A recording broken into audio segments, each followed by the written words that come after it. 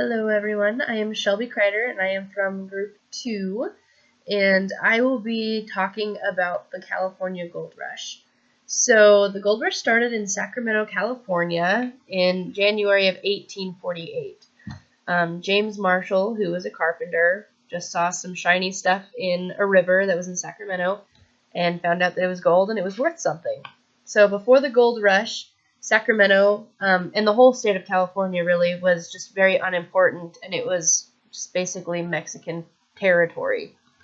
But then whenever James Marshall found gold, it became a very popular state, and it's still a popular state today. So by the end of 1849, which is 2 years before the gold rush started, 89,000 people from more than 70 countries had rushed to California in search of gold.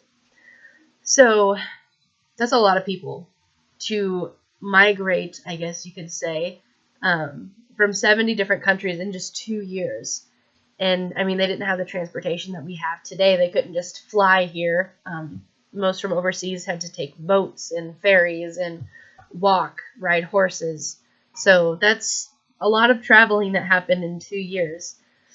So by the end of the gold rush, which ended in 1856, more than 300,000 people had rushed to California in hopes of finding gold. But most of them were very disappointed, except for the businessmen, because, businessmen were very happy because there's 300,000 more people in California than there were before in just 8 years. So that's pretty good for business to have that many more people come in, buying your food, buying clothes, renting land from you to stay on. So the businessmen benefited quite a bit, but only 1 in every 1,000 miners struck it rich. The Native Americans did not benefit at all. In fact, they lost land and lives because of the gold rush. They were sold into slavery. It says in a book that I found that, bounty hunters were paid a total of $1 million over that 8 years to scalp Native Americans, to find them and sell them into slavery, to steal their land, and to kill them. So they lost lives, lost land, and then other people just benefited from what they lost, which was really sad. Life for a miner was very different in the mining camps than it was at home.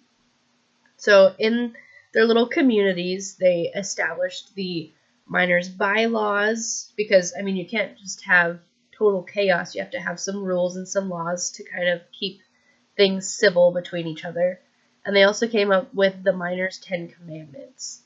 So I think it was very smart of them to kind of come up with their own laws and rules just to kind of keep peace throughout the camp so it wasn't completely chaotic. So men wanted to be the first one to find gold. So they wanted to be the first one in California. So that means that they didn't want anything slowing them down on their way to California. So that meant wives and children usually stayed home. If wives were there, they were cooking, they were cleaning, making sure that the men had clean clothes, good food, doing wives stuff, I guess. And the children that were there, they would be helping the wives, and they would also entertain the men after they were coming home from the longest day of mining. So most of the children and women stayed home just because the men didn't want them slowing them down on their journey to California. In fact, there was 2 women for every 100 men in a mining community at the beginning of the gold rush. But until 1850, and then everything changed after 1850, hundreds of women from France and South Africa were shipped into California to be prostitutes. And they were sold for $250 to the miners to be prostitution and entertainment. Some women, they would disguise themselves as men to go and find gold. They were called Madame Pantaloons. Not joking. Found that in a book. And I just think that's a very interesting name. That's what the men would call the women who disguised themselves to find gold. So at that time, the Chinese people in California were not welcome. They were ridiculed. They were even murdered. So it was very brave, I think, of Chinese people to come to America to find gold. And it was very much okay for people to kill Chinese people, to steal their land, steal their gold, do anything they really wanted to do to them, and it would be perfectly fine.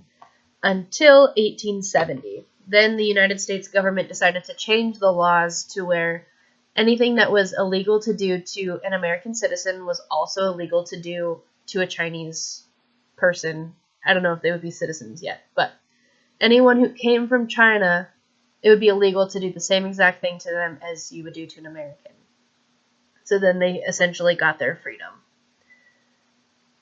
The people that did not benefit, I already talked about that. The Native Americans, they were scalped and bounty hunted and murdered and sold into slavery. So they had a rough life during the gold rush. And I think I covered everything. So I hope I taught you something that you didn't know about the gold rush. And I'm looking forward to learning other things about everyone else's papers if I'm allowed to watch the videos. Well, have a good night.